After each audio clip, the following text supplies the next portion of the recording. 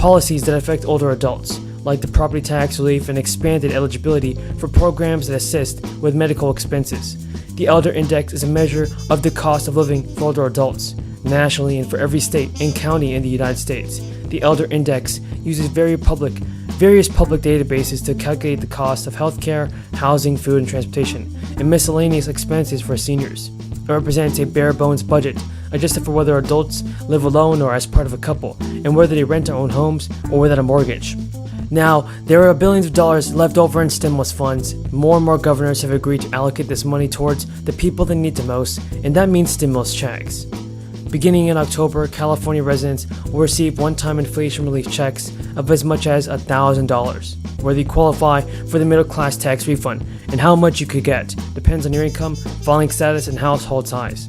The refund is expected to total around $9.5 billion as part of a larger $12 billion relief plan approved by lawmakers. In a statement, Newsom said California's budget addresses the state's most pressing needs and prioritizes getting dollars back into the pockets of millions of people who are grappling with global inflation and rising prices of everything from gas to groceries. According to officials, roughly 23 million California residents are eligible for this rebate plan, which has been set up in 3 tiers based on the adjusted gross income on the 2020 California state tax return.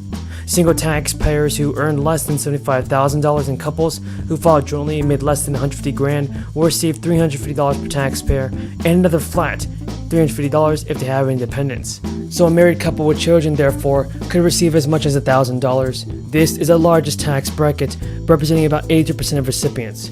In addition to meeting income requirements, residents must have filed the 2020 tax refund by October 15, 2021.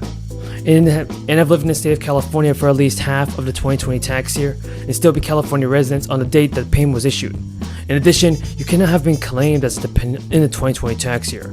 If you filed your 2020 California state tax return electronically and requested direct deposit for your refund, you will receive the tax rebate as a direct deposit as well.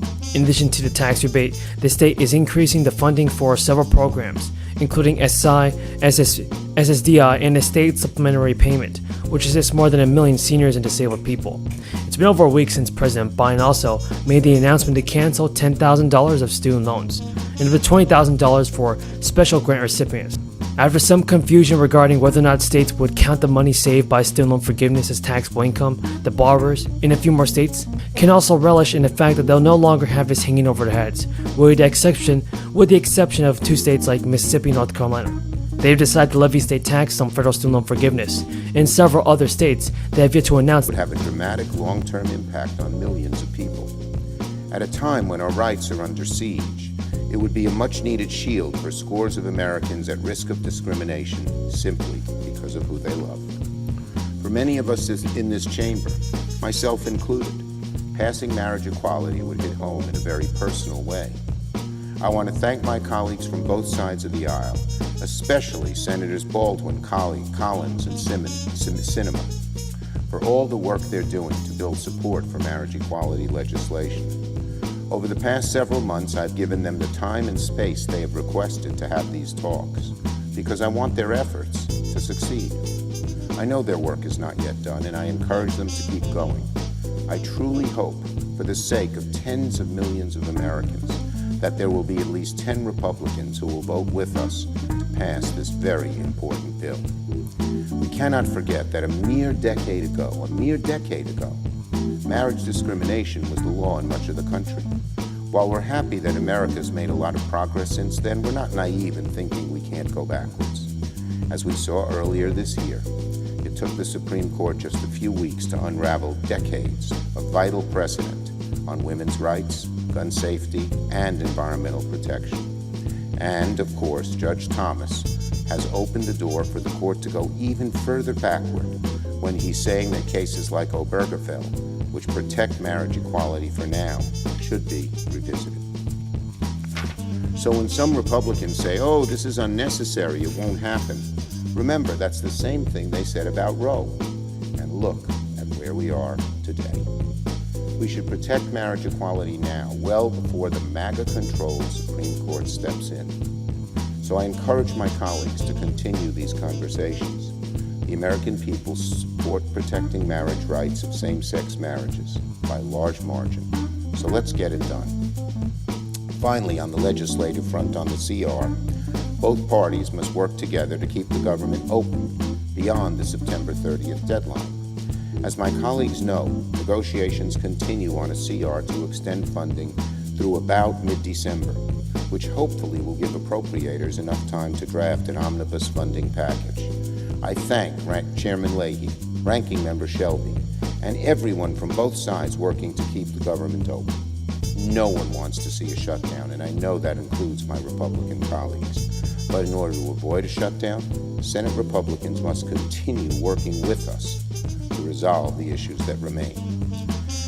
And finally, on the 21st anniversary of the horrible day, 9/11, everywhere I go, whenever I'm wearing a suit or sport jacket, I wear this flag pin on my lapel, a small but constant reminder of a promise America made 21 years ago.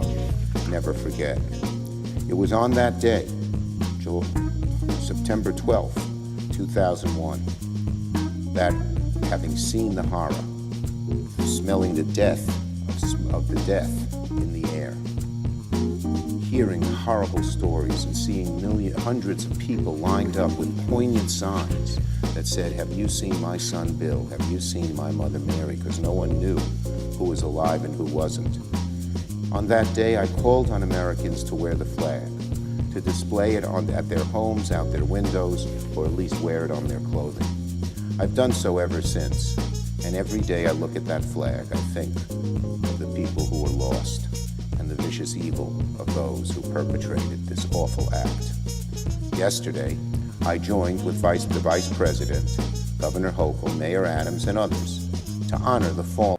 When I first got to the Senate as a 29-year-old kid, before I was sworn in, I lost my wife and my daughter, and my 2 boys were so badly injured when struck by the tractor trailer. And your family was there for me. No, I really mean it. Your family was there for me. You may remember some of it, and I'll never forget it. They got me and my boys through an awful lot. I'm truly honored to be with you all and your incredible family. And Jack, I believe your generation is the best educated, most talented generation in our history. And that's the reason I'm so optimistic about the future, and that's not hyperbole. I mean it. You know, Chital, thank you for sharing your powerful story. And thank you, Mayor Wu, for the passport in this great city.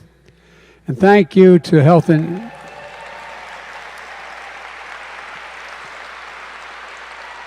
Human Services Secretary Becerra and Boston's own Marty Walsh. Marty.